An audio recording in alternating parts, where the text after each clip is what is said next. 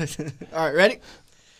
Welcome to Slingin Dirt for is this our 4th edition or 5th edition? I've lost count. Yeah, we already, it's Fourth. gone past one hand of fingers. So it's at the 4th, so we're not even past a hand of fingers and we've lost count. Presented by Lost Dog Designs.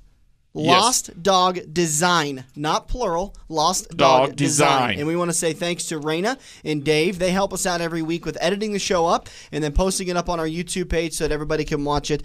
Get to lostdogdesign.com. It's time to get off your butts, and you guys need to focus on being drivers. You don't need to worry about Facebooking, about tweeting, about your website, about all this different stuff. Let Lost Dog Designs...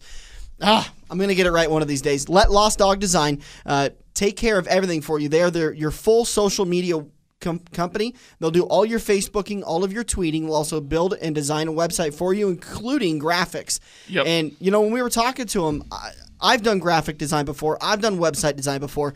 And it's something that I absolutely despise. So I would more than happy pay those two to take care of it for me and just say, you know what, guys, I'm going to be at this track on Friday night, this track on Saturday night. It'll be taken care of for you. Do you think they'll do like any kind of website? They'll do all sorts of websites. Any kind. The nice thing about Dave and Raina is, and there's a lot of good website companies out there. They're not the only one, but they're the only one that is accessible, it seems like, any hour of the day, and they were so laid back and so easy to work with. Yep. I mean, they don't come with a big city attitude. They don't have, pricing being shoved down your throat. I mean, they're really, really good, nice people, and they can take care of anything and everything you want. And it is, let me tell you, it's expensive as hell to do a website. Oh, God, yeah. I mean, I had a friend of mine who started a DJ company. He quoted a website out at $2,500. One of the companies in town quoted him at $2,500. I did it for him for free because I was a friend of his. It wasn't the best website around. But let me tell you what, if you could find yourself a good website company for cheap, you'd never let them go. It's like having that trusted mechanic. You never let them go. You always give them a call, and you always make sure that they're taken care of because they're taking care of you and your website. So get to lostdogdesign.com.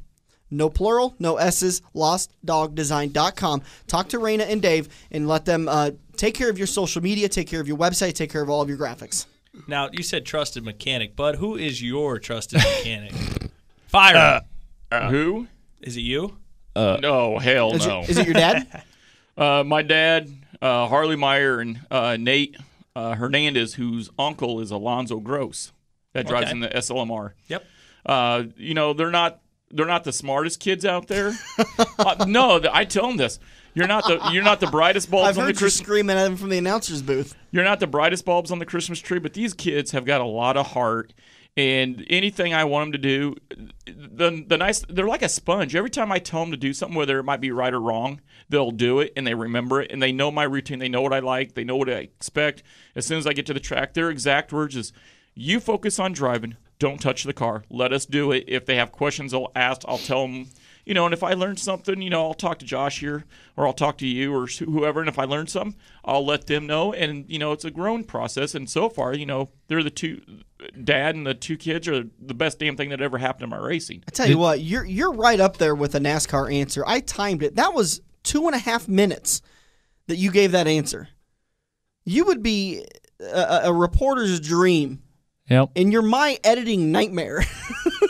You know what? We need to have a reality show. I think we'd make more money than a radio show. Yeah. Well, yeah, we could make more money than anything because right now we're all losing money doing this. Did you tell your crew to change the oil in your transfer case? They don't touch my truck. Are you sure? Well, maybe they should. No, as good as my crew is, I want Nate to hear this. So after Thursday night, I get knocked out. Don't edit this. I'm not. No. So Thursday night, he tells me, I didn't even edit it when he made fun of his wife. No. So Thursday night, I need to post that on her Facebook page. After Thursday night, I get knocked out. Nate goes, "You're not driving home," which my wife really appreciated that. Friday night, after racing Crawford County, he didn't want me driving home. He wanted to drive home. I was like, okay, well, that's your new team duty then. You're going to start pretty much escorting me to the track and back home. He's like, all right. And, but he takes a lot of honor in that because all he knows is it's a race car and a big trailer, and he gets to do that. Lodge. So he broke it. But anyways, look at this guy. He's top 5 in the Crawford County points, and all of a sudden he needs a chauffeur. Well, you do nothing but wear your helmet and suit around. That's it. Top 5. You're in the top 5 in points. Well, he dropped after this week. Yeah. But I might have to give you a car. So there you go. No.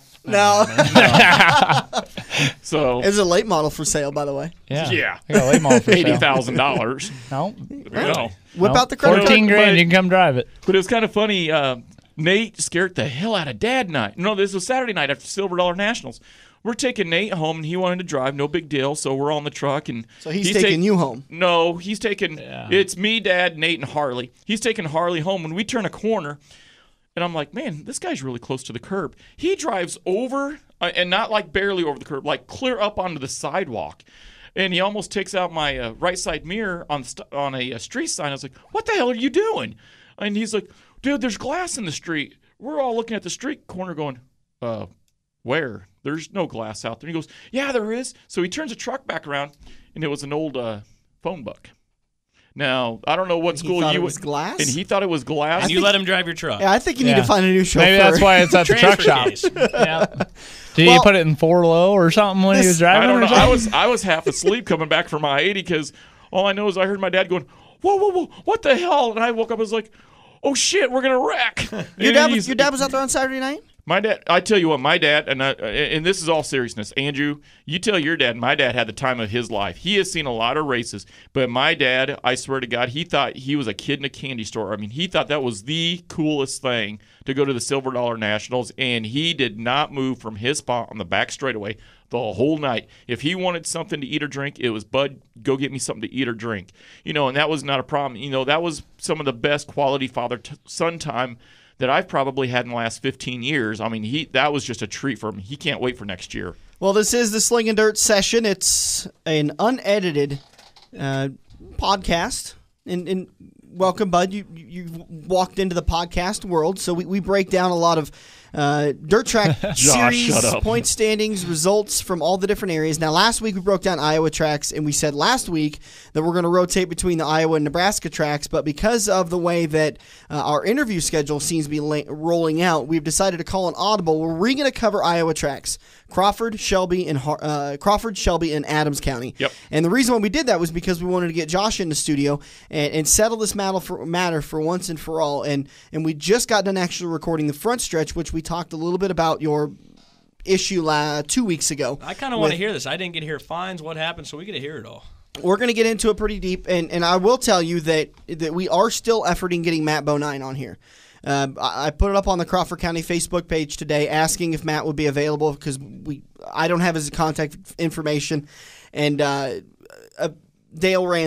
Dale Ransom, the driver of the 2-car, said it's best just to let it go. But we're trying to get Matt on the show because we want to make sure everybody has their opinion and we don't seem like we're just letting one person talk and tell his side of the story.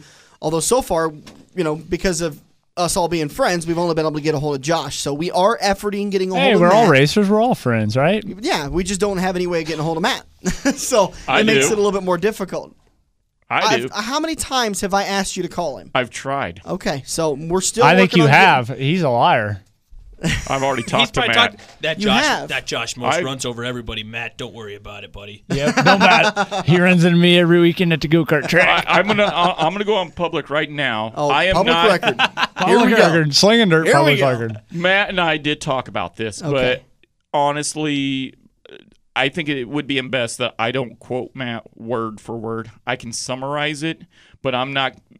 Basically, Matt did apologize for the incident on that Friday night with Josh. That's What about happened? as far. How come I? Well, what let's happened? let's come start on, from the Josh. What happened? What'd you do? Let's start I from the don't very know. beginning. I'll tell you. Do you really want Matt to buy one of your Edge cars to that point? I mean, no. Yeah. I was like, here, let's just. I'll start from the very beginning from what I saw in the announcer's booth, and that was that. That wasn't a good view. No.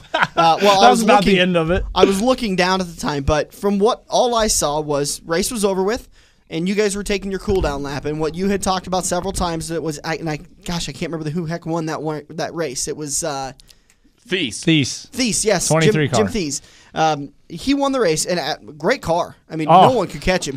I was happier than hell to see him win it. The crowd was into it. Everyone was cheering. Everyone was celebrating. Everyone had a great time. And during the cool-down lap was when I was kind of packing up everything, putting the PA away, and all of a sudden I hear an engine rapping out. And I look up, and there's Josh Most pushing Matt Bonine along the backstretch. And pushing him to the sideways. sideways, mind you. helping him to the pit stall. So I hear I hear the crowd Wrong kind of direction. start. Wrong sideways. All of a sudden, as the crowd's filing out, everyone just stops and people start coming back into the stands and sitting back down because there's a show about to happen. Engines shut off. Josh gets out. You can hear screaming. You can hear conversation going on. Pleasant things like, "Hey, gosh darn it, I don't appreciate what you did to me." And Matt saying, "God, gee, I'm sorry." Is that what happened? Is that what I heard? I'm pretty sure there's no gee sorry in right then and there. There was a lot of other 4-letter words, no. but from the horse's mouth, what happened? Well, And now- actually, the whole night went. I never got into nobody. I haven't been there for 2 weeks, which maybe that was the problem. You know, haven't been there for 2 weeks. Come from the back, didn't get into nobody going to the front.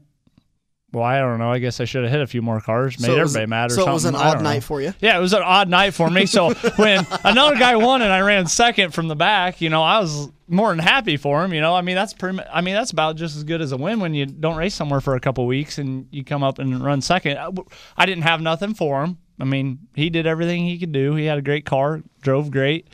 So took a cool down lap, which we're not supposed to do, but I actually lifted down the backstretch because I was like, I know that was a checkered, but I don't know. Andrew, have you ever done that? Yeah, I mean, I've done one before where it's... Yeah. Oh, wait. Well, Andy Gage drove by me. I was like, wait a minute. Maybe that wasn't the checkered. So I picked the throttle back up, and then everybody slowed down going into turn 3. The yellow light come on. Usually the yellow light's on, and we got a guy at the backstretch that's don't have no brains, so he stands out there when everybody's still coming around wide open and telling us to go in the pits, but that's besides the point. So then we go down the front stretch, and I'm telling Thies, good job. He's beating on his steering wheel. I mean, happy as you could be. I mean, glad for him. I told him good job, you know, and he starts to pull away, and I go into turn 1 down by the tires, and here come a car, runs right into my left side. So I look over, and sure enough, it was Matt. So I just turned left down to the tires. He started running over tires.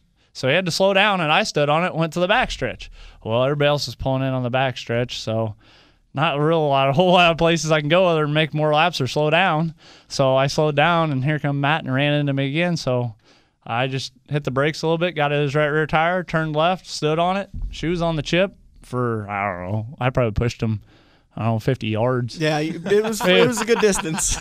It wasn't good on the motor or tranny or anything else because in the low gear, Andrew, you know how them trannies like that. Not very good. You were definitely making the point that it wasn't an accident. Well, yeah, I mean, there's always 2 ways you can look at it. The way I see it is it was unexpected. I mean, I don't know why anybody running into me after a race. I mean, if you're going to run into me, if he was going to pay me back, he'd be a whole lot smarter to do it during racing and really wreck my car instead of just rip the body off that I was going to put on anyway. But, you know, basically he got into me. So, I mean, it was no different than if I walked up, punched you in the face. Either you're going to swing back or push me back out of the way and try to get away. Well, I basically pushed him back and got out of the way. Well, he came back for more, so I just ended it. Yeah. And, I mean, it wasn't done. He wanted to either settle it right then or there or in 2 weeks when he come back, which I don't know. Evidently it screwed his Razor up a lot more than it did my Edge car because it barely bent the front bumper, but okay. Nice little product plug there. I told him it didn't matter to me, whatever you want to do. We can end it now, however you want, or we can do it on the track. And he said, fine, we'll do it your way on the track. And I said, whatever. I mean, I build cars, so yeah. I can build more, but not that I wanted to do that. Yeah. It's a lot of work. From your conversation, Bud, I mean, and you know, say what you need to say. We're just trying to get the story across to people who have asked a lot of us about what's going on. I don't want to misrepresent Matt. I mean, we did have quite a long talk about it. In fact, when we did talk about it, he asked me, you know, is this being recorded? And I was like, no. He told me that this would have been Thursday of last week. He told me, he goes, Friday, give me a call, and then I'll decide if I want to come on air or not, you know, which is fair. And I was like, okay, but, you know, and it's weird because I'm a fan of both these guys. You know, I didn't get to see Most here race at Ottawa like I did Matt. And Matt, you know, raced really good at Ottawa and always put on a show. Well, Josh, the high side hustler, he puts on a show anywhere he goes. I mean, Josh is the only guy I know that can drive around the moon and back and still win features.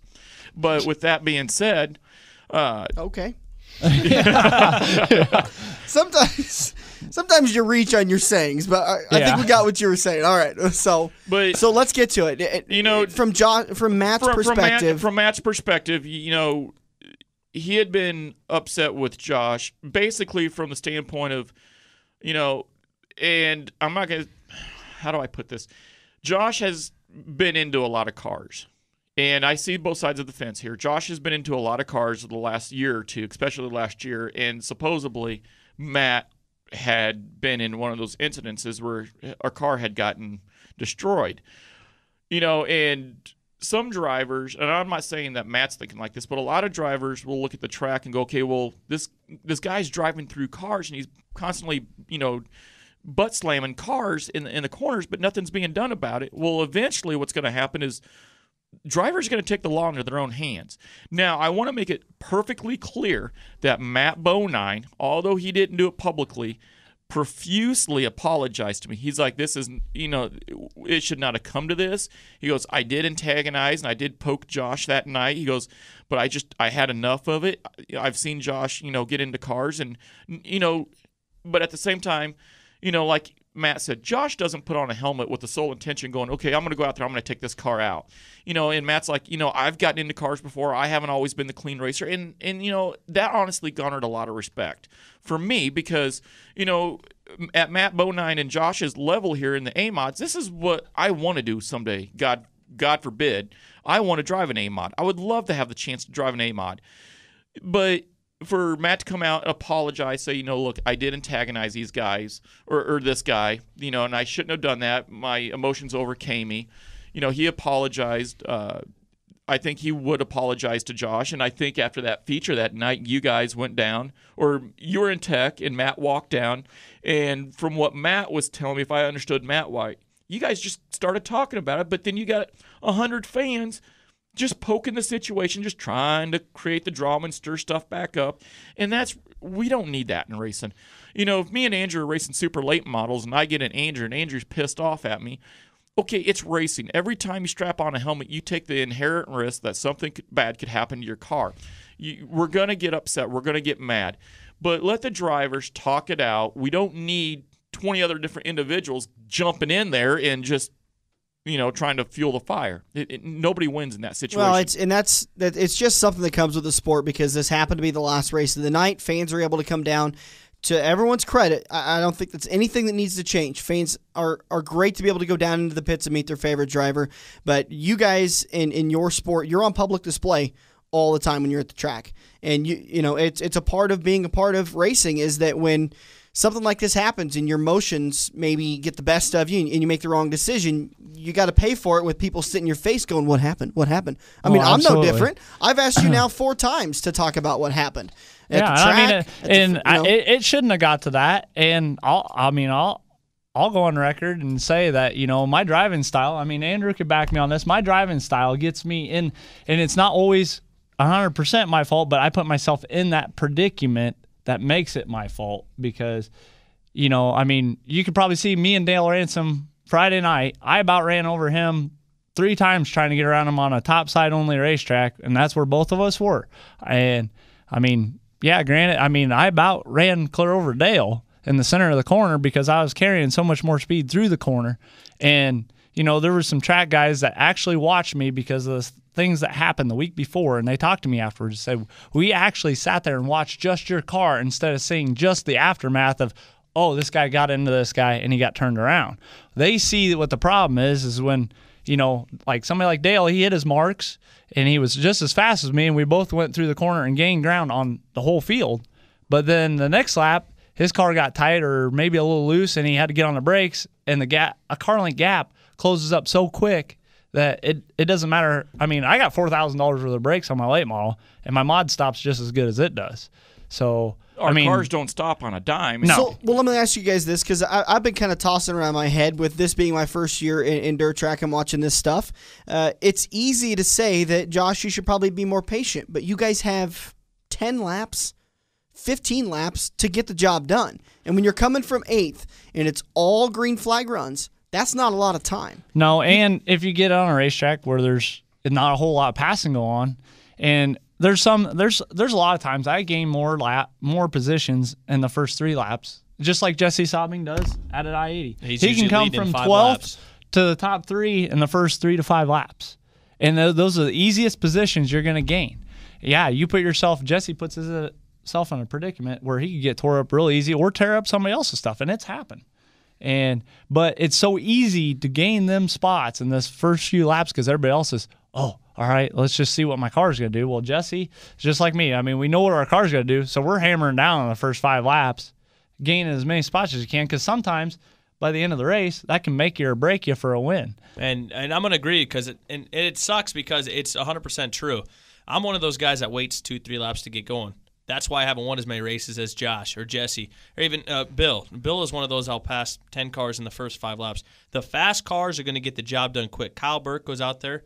If he don't pass 10 cars in the first couple laps, he don't win. It's just how it works. I mean, you could say be patient, but you got 25 laps to do it. You got 15 laps to do it. You got to go. And that's the tough thing. And I've been wondering about this is that ever since that incident happened, I kind of, you listen to fans saying, "Oh, he's too reckless of a driver. He pushes. And I kind of sit there and think, well, you don't have a lot of time. I mean, in NASCAR, you always hear these guys talk about how, I gave him 2 or 3 laps and then I moved him. Well, in dirt track, you give him 2 or 3 laps, that's a third of the race. We don't have a 500-mile race we're doing, and I mean, and it's just depends on how you look at it too. There's one thing I've noticed in dirt track racing, and I think you and I last year, Josh. Last year, I ran better than I ever had, and this year I've actually ran better than I did last year. And I remember calling you one day, and I was like, man, I'm hated. It's like I've gotten fast, and now I'm hated.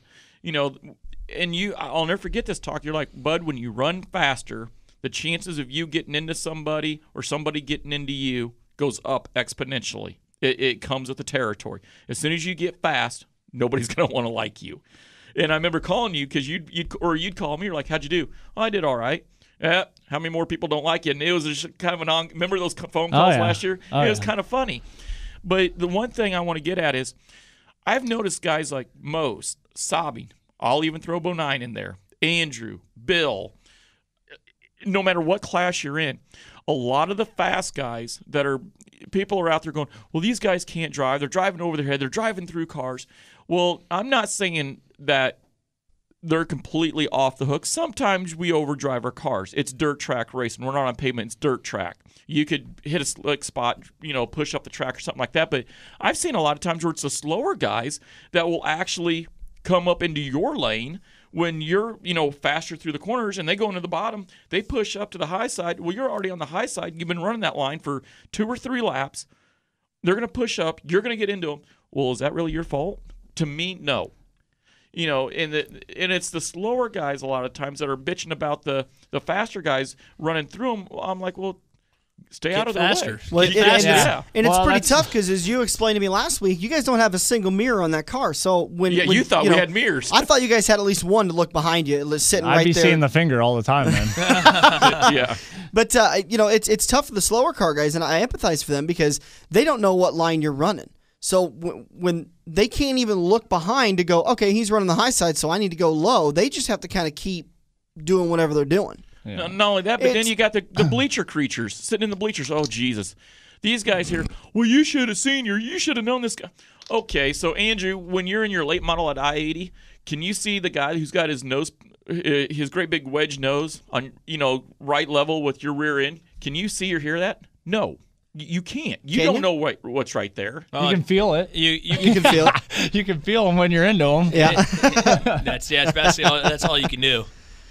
And people and fans seem to think that we should, see this or feel this. Now, unless the nose was right up underneath your rear end, if the guy's, 3 foot off your, left rear, you don't know he's right there. So you're just trying to hold your line, put your car where you can make it work, and you come down and your left rear clips the guy's front of his car and you spin him out. Well, that's not rough driving on your part. You're not driving through the guy, and I'm like, people, give it a break. If you're so damn good, you go buy a car, you come down here, you race Josh, you race Andrew, you race me, and let's see what you got if you're so damn good at it. Big problem with the sport is that we got 2 kinds of racers right now with the way the economy is. You got your low budget guys that technically shouldn't be racing, and they're still trying to race. Well, no, you got some backing. I don't want to hear about it right now, but we all know you do.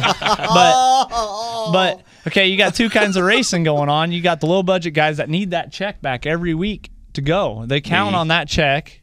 Me. Okay, whatever.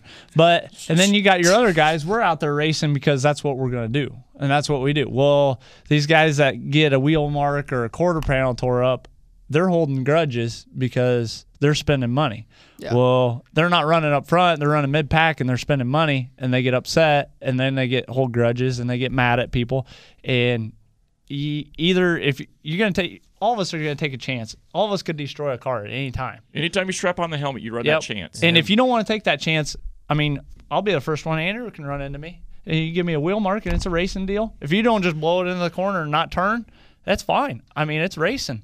Because you know what? I got a race car, not a show car. Mm-hmm. Friday night, Kevin Bruck, I believe it was Kevin Bruck that got into my left rear quarter panel and, put the entire rear quarter in, bent my sail panel up, bent my interior deck panel up. Was I absolutely mad? No. Oh, we know you were, but. No, I honestly, I wasn't. But then you got the guys that want to overdrive their cars. Now, that will make me mad. But, it's just a racing deal. If you're that damn scared of getting, a little bit of a ripple or a wrinkle in your sheet metal or a tire rub, go buy a 66 Chevelle, and there's all kinds of car shows on Saturday. Yeah. So we'll come around full circle to this, and, I hope and pray. I love watching you and Matt out on the track on Friday nights, and I can't wait to see Matt back. From what I understand, his car's in the frame shop getting readjusted, so hopefully he'll be back in a couple of weeks. But as far as you're concerned, is it settled? Everything should be settled that week. It was done as far as I'm concerned, unless it escalates the next week if something else happens. I mean, it was done that week. I mean, no matter whose fault, whatever, it was done at that track. It should never escalate to the next track, the next week, a month, a year. It should never go that Maybe far. I'm asking a bit of a pointed question here, but let's say 2-3 weeks from now, you're coming down the front stretch, and you know that Matt's behind you. Are you working a little harder just to stay away from him? Do you just keep doing what you're doing? Do you let him go by to make sure that he doesn't maybe hold a little bit more of a grudge? Is there anything like that running through your head? No, sure as the hell ain't going to let him go by, but that'd be the last thing that happens. Good answer. Well, you can catch a full interview with Josh on our front stretch, which will air Sunday mornings on AM 590 Omaha's ESPN Radio, 8 a.m. It's going to air at about 8:30, about 8:35 or so. We do a great little interview with Josh, talk about your season, talk about your career, where you're wanting to head, and stuff like that. So make sure to catch all of that on the front stretch presented by Joe's Karting that we air Sunday mornings, 8 a.m. on ESPN Radio, AM 590. So if you can't get it, you can always stream it on the AM 590 website, AM 590 ESPN Radio. And right now, should we break down some points? Yeah, we have series? an interesting little story coming out of Shelby County this week. Josh might even know what I'm talking about. I wasn't even involved. Imagine that. But here, it might have something to do with my car number. I might have to change it. Uh-oh. Yeah. All right, so where should we start? You may start with Crawford? You want to start with the Shelby story? What do you want to do? No, you start with Crawford. All right. And, we'll let Andrew do Adams, and then we'll end with Shelby. Just 5 divisions this week at Crawford County. We had a bit of a special night. It was the Crawford County Fair Night. So late models took a week off, and we had 305 race savers, which What did you think of that?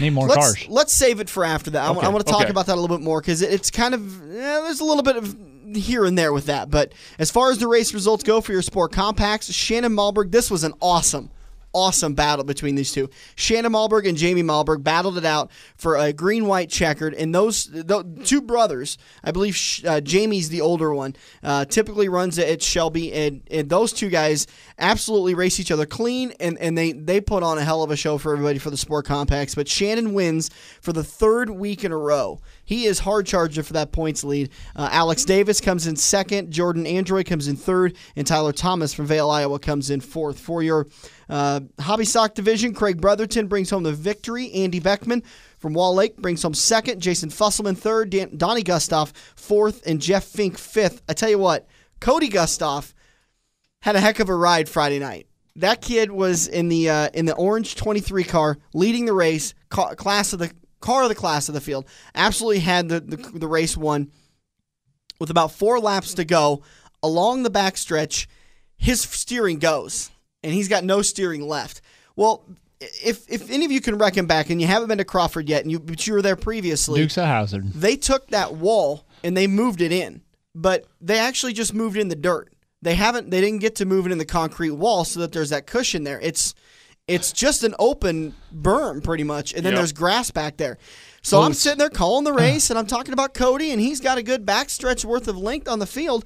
and he just goes straight. Doesn't even start to turn in turn 3, does a little bit of a ramp, and goes right into the grass. Now, you had a good bird's eye view of that, didn't you, Josh, on the back Actually, straightaway? honestly, where my trailer sits right there, and he never turned ever, Yeah, and he barely slowed down. I mean, he made it a long ways. I thought and he for was a gonna minute hit there, that me and my wall. dad were standing there. We're like, "Is he knocked?" I mean, I've seen that happen down at Adams County Speedway before, where the somebody guy died, a actually. guy actually had a heart attack and died. Really? And hammered it down for the a minute, straightaway.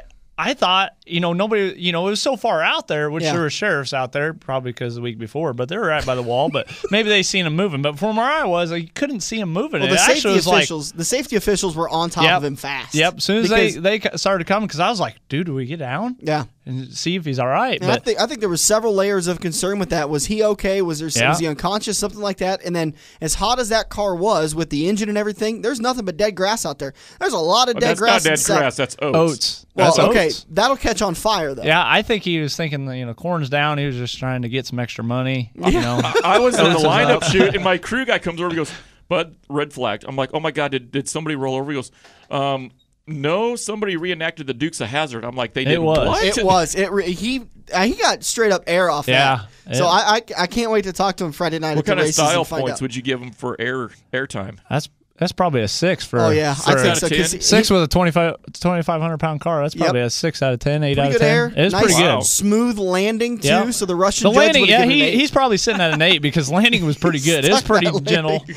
So that was a heck of a night for Cody. It definitely had the race won, but just one of those unfortunate racing incidents where the steering breaks, and he had the car to beat. And I don't think he's won yet at Crawford County, so a tough break for him. But Craig Brotherton ends up bringing home the victory, and Andy Beckman comes in second. So that's your hobby stock division for your sport mods. Tim Roop, first win for him at Crawford County. Bud Pash came in second. Keegan Scott came in third. Jeff Tonight came in fourth, and Logan Scott came in fifth. I had talked to the Scott brothers and said, 2 weeks in a row, I went up before the races and had a little conversation with him. How you doing? How's the car feeling? How'd you do this week? Wished him luck. Both times they got into wrecks. So I went up. I talked to his dad. After 2 weeks ago, I said, I'm done talking to you guys. You guys aren't going to get my curse anymore. And they both finished in the top 5. So I think I'm cursed, and I don't think I'm going to go and talk to any more race car drivers before the races on Friday night. So that was your sport mod division. For your modified division, which was, stock car division, Donovan Smith, great car on Friday night. Again, he continues to lead in the points battle and actually cushions his lead just a little bit. Alec Ellis came in second. Adam Clucky came in third. Tony Ritterbusch fourth, and Bill Reitz came in fifth. For your modifieds, this was a one hell of a race. Straight up one hell of a race. Bob Moore ends up pulling out the victory. Craig Reitz had a great car. Shane DeMay had an awesome car. Dale Ransom was up there. And Ryan Webb in the ZR1 ended up fifth. So Dale Ransom fourth, Shane DeMay third, Craig Reitz second. And I can't remember who the heck was leading that race, and something broke on it. Munson. Red Munson, that's Yep. right. And something broke on his car. I talked to him earlier this week. It was real slick coming off turn 4, and he was down on the tires, just barely clipped one, and lets the car come around. Yep, that's right. He just taken the lead into 3, and then as he was coming out of 4, just spun it, and after that, the car just wouldn't work right. So that was a hell. I think that was one of the best shows. I want to give props to Shane DeMay, though, finishing third at the Harris Clash. That is, and I can't remember where he started in that, but finishing third at the Harris Started Clash. on pole, ran third. At Knoxville, right? At Yep. Knoxville. That Where was- did you finish? 7th. 7th? No, Okay. no, No, 10th. 10th. Okay, I thought you'd said started 10th, ran 10th. But that's Okay. not an easy field to No. even run 10th in. No, it's not. There wasn't really a whole lot of passing going on. Shane held his ground, did real good at doing that. Pretty much one of the Gustins is the only ones that really went forward. I tried to ride around. It was so slick from the bottom clear to the cushion. There was a little bit of a cushion, and it was so slick and trying to take rubber that I thought everybody was going to burn tires up. I tried to ride for 5 laps and went backwards for the first 5. Wasn't a good plan. What'd your right rear look like after the race? Perfect. Did it really? Yep, it looked fine. Normally you blow them apart. Yeah, I should have stood on it in the first 5, and maybe it would have blown apart, but maybe I would have been in the top 5. Yeah. Watch it blow up. For your Crawford County points, the Sport Compact's Deb Brosh continues to lead, although her point, she had a tough night. She had something's going wrong with that engine. They just got it fixed, and it sounded like it was a popcorn maker going through 3 and 4 on the last couple of laps. So she gets a DNF, but she still holds on to the point lead. She's got herself a 10-point lead over Alex Davis. Patrick Rodinas is in 3rd. Tim Cass 4th. Tony Carragher is in 5th. For your hobby stocks, Donnie Gustav continues to lead. He's got a 13-point lead over Justin Nearing, who had a rough night. Willie Ransom in the 7W car is in 3rd. Jason Fusselman in 4th, and Jeff Fink is in 5th.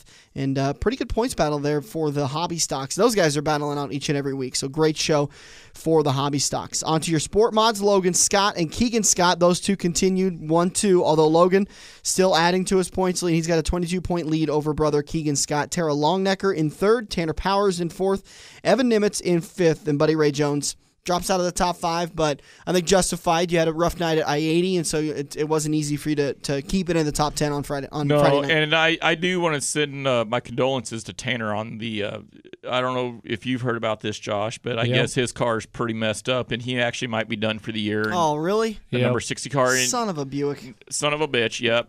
No, it's true. We can cuss on this. Yes. And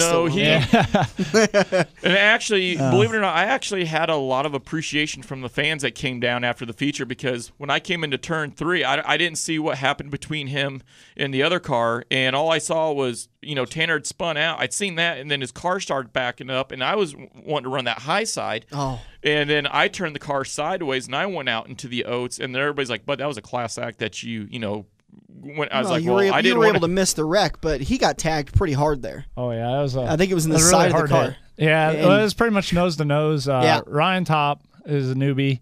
He's got 1 win under his belt already, and Ryan was running top second. 3. Yeah, he was running second. Had second in the bag, and it was just one of them beginner mistakes. Thought he was on the cushion, was about a half car length off, and just got the car turned too much. Let it come around, and he got it stopped down at the very bottom. He about saved it, but Tanner and the 22 car come along and down along the bottom, and didn't see him till the last minute. And it was a hard hit. I think that happened 3 times on Friday night, that a car spun right in the middle of the field and turned facing the field. Yeah. And twice they were able to dodge it, but that last time they just weren't able to get around him. That's the easy way to junk a car. And it's pretty scary when you turn opposite the other way and somebody's coming right at you full bore. You're just like, oh God. For your stock car points, Donovan Smith still your leader. Adam Clucky in 2nd. Chris Ulrich drops to 3rd. Bill Reitz 4th, and Tony Ritterbusch 5th. Unusual night for Chris Ulrich. Usually he finishes top 5 and has a dominant car, but just something a little bit off that night and not able to have a good finish, but not a bad finish. And I don't expect him to finish that far back probably ever again with the last 4 weeks we have at Crawford County. For your modifieds, Donnie Gustav. Nope, wrong one. For your modifieds, Red Munson out of Harlan continues to lead. Shane DeMay 2nd. Craig Reitz 3rd. Jeff Stevens 4th. And Bob Moore is 5th. What's the point split between 1st and 2nd on that? Now you're going to make me do some math, aren't you? 13 points. 13, okay. 13 points between that, but 5 points between 2nd and 3rd. 3rd and 4th are tied, and 1 point behind 3rd, 4th, and 5th. So 2nd through 5th is just 6 points. Very, very tight battle between all of those guys. And Red Munson where's just most at?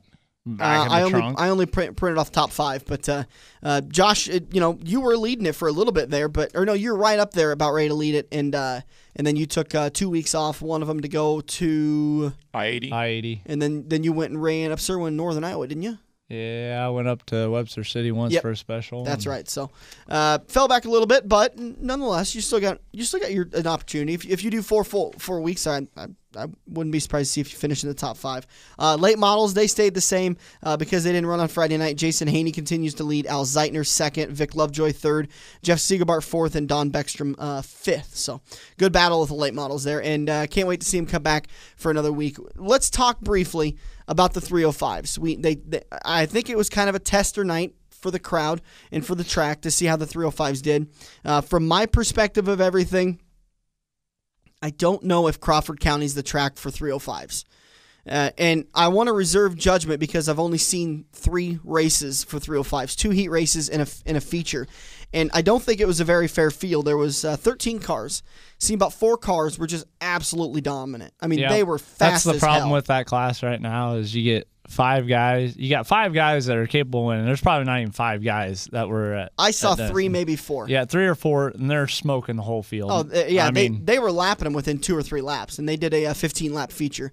Then you've got about 8 or 9 cars that are okay, and then you had the remaining cars that just really shouldn't be out there. Right. And I don't want to say it's not because they're not talented. I'm saying because they just don't have the equipment to keep up. Yeah, I mean, there's a lot to do with them motors is getting them to run right, just like a crate motor. I mean, Bud, you probably know. I mean, when one runs right and one don't, I mean, there's a big difference. There's a lot of rumors that Crawford's exploring going to 305s next year. I would be interested. 305s, those sprint cars, they bring crowds, and that's very attractive for a racetrack.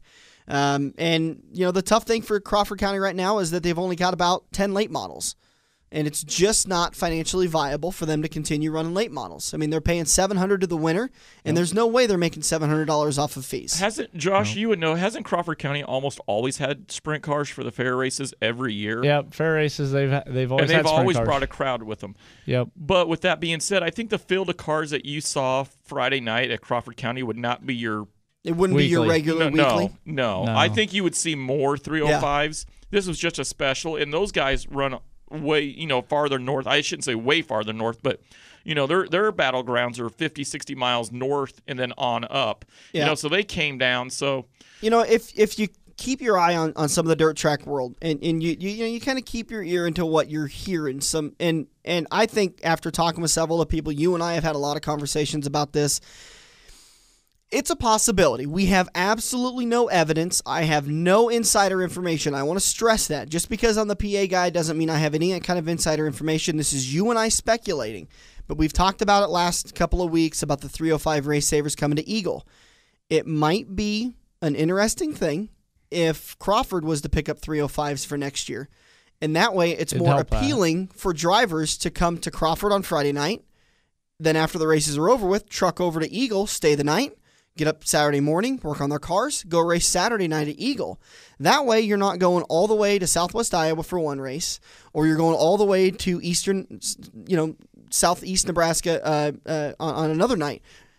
They're able to make one big trip out of it, basically, is what I'm saying. So that is one scenario I think is kind of playing out. But again, I have no insider information. I have no idea. The only thing you got to worry about, and Andrew can probably back me on this, is like the late model thing. The 305 thing is a newborn thing.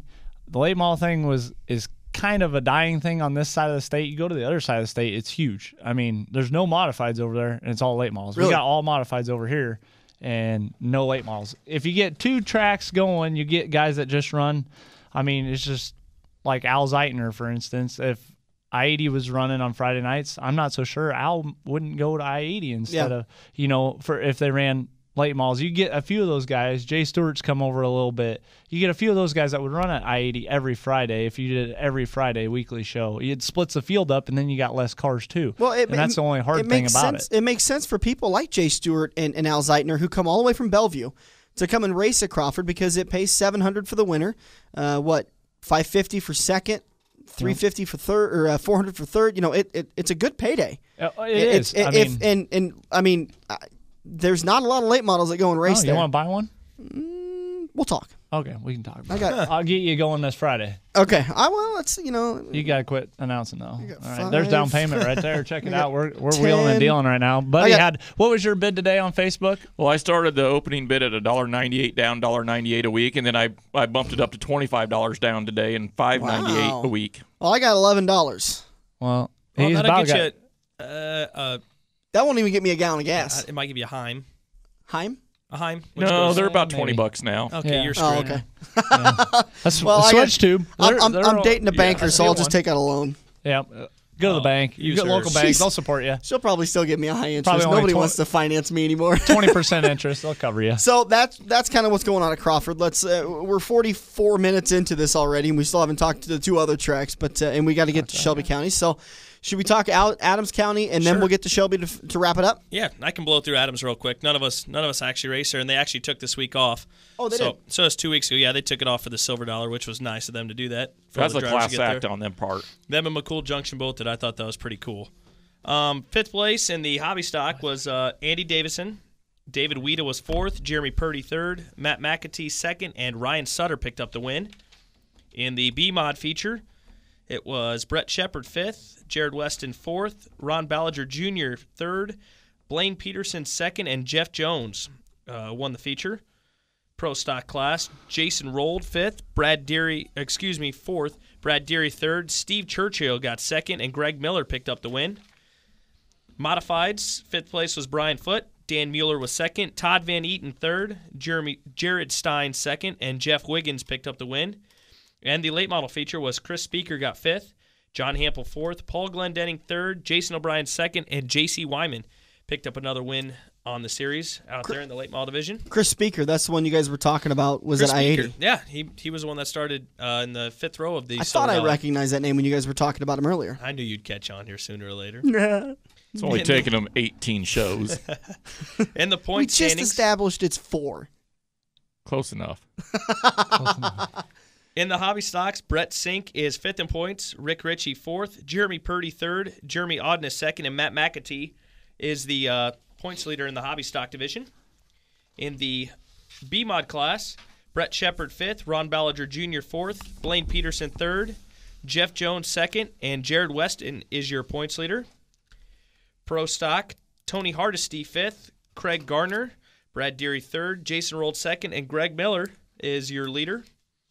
In the A-Mod division, it is Dan Mueller fifth, Jesse Dennis fourth, Brian Foote third, John Davis second, and Jared Steins is your leader. Are you two making love over there? Or? Boy. And Maybe Jesse Savion to get a little jealous. Just kidding. We'll have to call him up. And in the last division, the late model, your premier division, John Hampel fifth, Jason O'Brien fourth, Paul Glendenning third, Chris Speaker is second, only 3 points behind your leader, which is J.C. Wyman. And that's Adams County Speedway. I haven't got down there yet this year to watch it, but I've heard they had some good racing out there, and I know that's basically Josh's home track, basically, so he's been out there a couple times. Yeah, I've actually better heard racing than what it used to be. Yeah, I was talking to the assistant race director Saturday night out at I-80, and he said they redid the surface, added some banking to the track, and it's a lot funner, and the drivers are really liking it. I guess they've had a couple nights where the drivers have said it's almost too fast now. That's good. So yeah, I don't see how you can ever go too fast in a You race. should go. You should go because there's only one wall to hit. It's just down the front stretch. So if you get scared, you can just drive off. Or when you're going down Really? them straightaways, you could sit there and sing to yourself until Yeah. you turn the Yeah, there you corner. go. I remember back in the day, Chris Speaker used to drive off of the backstretch and actually try passing a car going down the backstretch, and he'd pull it off every once in a while. Was that your car? No. No. No. On to All Shelby. right. On to Shelby County. I'm going to fly through this because we got a little story breaking in the modifieds. In the Sport Compacts, this is from this last weekend. Top 5 in Sport Compacts. Finishing 5th, Scott Brown. 4th is Kane Malberg. Taking home 3rd place, Taylor Griffin. 2nd, Jamie Malberg. And your feature winner from this last week was Bronson Griffin. Top 5 in the Sport Compact, Scott Brown sitting 5th place. Kane Malberg is 4th. David Skarenko sitting 3rd. Bronson Griffin is sitting 2nd. Your current points leader, Jamie Malberg. And 1st to 5th is separated by a mere 70 points. In the Hobby Stocks, in the Hobby Stock feature, finishing 5th, Shannon Anderson. 4th, Jamie Songer. 3rd, Dusty Van Horn. Andy Beckman in the 62B taking home 2nd. And your feature winner, Jason Cole in the 27 car. That was a good run for him. And then in top 5 in the Hobby Stocks, 5th place, Jamie Songer. 4th place, Jason Cole. 3rd place, Jason Fuzzelman. 2nd place would be Dusty Van Horn. And your current points leader, the number 70, is Shannon Anderson. And 1st through 5th is separated by a mere 55 points. So that's a pretty good, tough points battle right there. In your Sport Mod,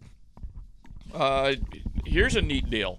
We had just talked, Randy Archer had beat Jesse Sabine twice. He just made it a three-peat this last Saturday night. Top 5 in the feature, Cody Olson in the 777. Dennis Cook taking home 4th. Jared Hansen finishing 3rd. Jesse Sabine finishing 2nd. And Randy Archer picking up the 3rd win over Jesse this year. And top 5 in the sport mods, points-wise, 5th place. Dennis Cook moves up 1 to 5th. Randy Archer's now sitting 4th. Cody Olson sitting 3rd. Jared Hansen 2nd. And Jesse is still sitting on top in 1st place in you caught 86 that points. too. I heard that. Still sitting on top. I love him. Yeah. Top 5 separated by a mere 86 points. I don't think anybody's going to catch Jesse Are this you year. ever going to get him on this damn show? He's sitting on top. I don't know. Josh, you think Jesse would ever do the show? I don't know. Yeah. I don't know. I can kick him in the nuts, try to get him here. Kick He him in the needs to do nuts it. and get him in here. We got to get him on this show because as much as Jesse, though, to his defense, he's kind of a quiet guy. He really is when he it is comes a to quiet something guy. like well, this. God, when you got Yeah. Roger Haight on the microphone, well, it's we're Oh, having a no, good day, Jesse. you know? Jesse's going to be like, yeah. Jesse's like, okay, yep, I just won my 60th feature. I'm pretty happy about It was it. all right. Yeah, it was good. So it'll be like pulling teeth when you're asking him questions. Yeah. I really don't like that guy. That's about it. Bud's a dumbass. Yeah, the guy that's right next to me, I really don't like him. No. But I came anyway. In your stock car feature, top 5 in the feature, Mike Harris finishes 5th. Brian Blessington finishes 4th. Jeff Anderson 3rd. Keith Knopp 2nd. Mike Nichols 1st. That's not real surprising. Those top 5. Any one of those guys could have won a feature anywhere on any given night. Top 5 in points. 5th place, Chris Rett. 4th place, Alan Schmidt. 3rd place, Keith Knopp. Second in points would be Jeff Anderson. In 1st place right now currently is Brian Blessington, and a mere 54 points separates that class right there. In the late models, and Josh, you haven't been to Harlan in quite a long time now. Probably only like 2 or 3 times. Is there any real reason why? Just kind of put you on the spot? Not Tim It's Cooney club or nothing, racing. is it? Huh? Tim Cooney ain't got nothing to do with it, does he? Todd? Todd, there you go. Todd? Me and Todd don't get we don't get along, but we get along on the racetrack. But no, club racing. I'm kind of poking the bear If there. you a ask little. me, club racing. Okay, only 7 cars. Only 7 cars in the late model Saturday night. Hold on. What's club racing? Club racing? Yeah, define club racing. Club racing? You get the same guys there, and if you get If you mess with one of their clang, it's yeah, I know what he's if you're talking not in the about. clique, you're not in the clique. I'll never be in the clique in Shelby County, and I don't know. I'm not in the clique in You're not Crawford County either, but but it's not that bad. But you got We'll some start of the same calling you stuff. the clicker. I am the clicker. You're the clicker. All right, 5th place. You know what? There's only 7. Randy Fox, I believe is his name, finishing 7th. Brad Purdue finishing 6th. Chad Cooney 5th. Don Beckstrom 4th. Jay Stewart 3rd. Todd Cooney 2nd. Barry Sorensen 1st. Josh, as a late model driver, why are we not seeing 20 cars at Harlan? Is it because of the quote-unquote club racing? I'd have Yes. to kind of go. Aren't they IMCA up there? They are 2 IMCA, years ago, but 2009, even I'm their racing- mod count, every class is down right now at Shelby County. Why? Because Your opinion. In my opinion, my straight up opinion is getting to be club racing. You get the same guys. That you're getting some judgment calls going. It's nothing against the new promoter. It's nothing there. It's just with the fair board, it's getting to be a club. And I mean, I dealt with this a long time ago when I was racing go-karts. I wanted to go to a club at Camar, Iowa, Blanco, Iowa is what it was. And that I was racing on the national level, and they told me straight up they didn't want me coming because they are racing a club. They like their locals, their same people there, and that's the way they want to keep it. And it seems not just from stuff that's happened with me, but there's a lot of people that have that attitude towards that place. You start getting a lot of people that have that attitude, they go somewhere else. So do you think that this could actually, if this is in fact what's happening, do you think this could spell the end of Shelby County as we know it? It'd be real hard to get rid of it. I think it'll have to see it worse than what it is right now for it to end. I don't think you'll see it end, but it's definitely going to hurt, and it's going to keep continuing to hurt if things don't change. Interesting. Top 5 in points, Don Beckstrom 5th, Chad Cooney's 4th, Barry Sorensen 3rd, Jay Stewart 2nd, Todd Cooney is 1st. And Josh, you're sitting 16th right now. Sweet. Only showed Yep. up like 3 times. I'm in the top 20. Oh, wait. There's only like 16 cars ever been there. Actually, I can tell you there's 23 cars in the late model There standings. you go. All right. I'm doing pretty All good. Race right. that one more time, you might peek into the top 10. Yeah. Here we go. In the modifieds. Interesting deal. Oh, yeah, drama. Drama. If we thought Josh and Matt was something, Top 5 in the feature, finishing 5th, Chad Pruill. Finishing 4th, Shane DeMay. Rob Tippery takes home 3rd place. Ricky Steffen, Racer Ricky, takes home 2nd. Ryan Webb, who won up at Denison here about a month ago, takes home the feature win at Crawford County Speedway. And then, not Crawford. Or at Harlan, I'm sorry. Top 5 in points, Jeff Stevens sitting 5th. Bub Lorette, good to see Bub. He's sitting 4th right now. Wahoo Mike Albertson sitting 3rd. Racer Ricky Steffen sitting 2nd. And Shane DeMay, former USMTS driver, sitting 1st place out of Denison, Iowa. Top 5 separated by 36 points. Top 10 are separated by 104 points. So, interesting story happened in the heat race. Dale Ransom goes blowing into the corner. I'm not going to accuse anybody of doing anything right or wrong here, but I don't know if you guys knew, but Jeff Stevens, number 92, went end over end in turn 2 and massively pancaked the car. Like it's badly damaged, if not destroyed. Really? Dale Ransom went into turn 1 in the heat race. They're racing for last place. Dale Ransom goes into the bottom, slides all the way to the top somehow, going into turn 2, tags the back end of Stevens' car somewhere. The front end of Stevens' car supposedly had hit the wall and went end over the wall and clear off the track surface. Have you heard anything out in your neck of the woods, Josh? You're sitting there with a shit-eating grin on your face. So I don't know. Yeah, you heard something. Yeah. I don't know. It just is one of them deals. First of all, Jeff Stevens is okay. He's fine. I heard his car wasn't that bad. It looked bad. It's either getting fixed or it's not destroyed. So okay, so that's so good. You'll see it's him not back. Getting destroyed. But he's No. okay. Otherwise, you'd give up one of your cars for him, right? Yeah, if he wants to drive something bent. Well, his one he's got is probably bent, so it'd be all right. Get your butt off that prowler and get to going. Yeah, Then. But then excuse. you can have a spare But- car for him. But Jeff's okay though, right? Jeff's good to go. Jeff's okay. Okay. Okay. Did he Yep. get a ride to the ambulance? I don't know. It wouldn't shock me if he went end over the. I just caught that. That's messed up. Anyways, So what am I gathering this right? That did Ransom wreck him? Well, it come across that way, but I mean, I've raced with Dale a lot, and I've been around him at Harlan. Harlan's a hard track to hold your. It's just so wide. It's you carry so much speed, and it's nothing against Dale. There's been a lot of times where he's come from the bottom to the top. Usually it's off the corner because most people can't get their cars to stick on the bottom. I wasn't there. I didn't see it for sure. I don't know. Some people said it looked deliberate. Dale doesn't say it was deliberate, and he's glad everybody's okay.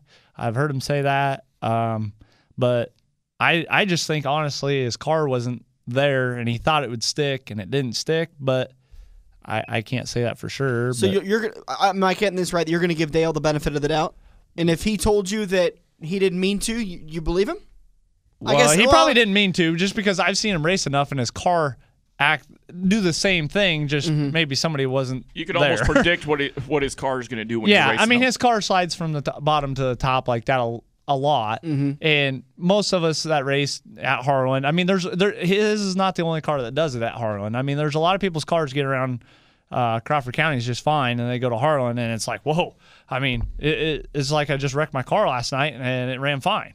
But it's just differences in racetracks, and I mean, when you race night to night, back to back, sometimes you don't change anything, and your car isn't there, and it could be one of those deals, or it could be it was a bonehead move. I mean, I guess maybe one of them two could tell us for sure. But one of the things I noticed is all of a sudden you had the keyboard commandos once again trying to fuel the fire, trying to stir the pot a little bit. Facebook, and a certain website that I will not mention on here.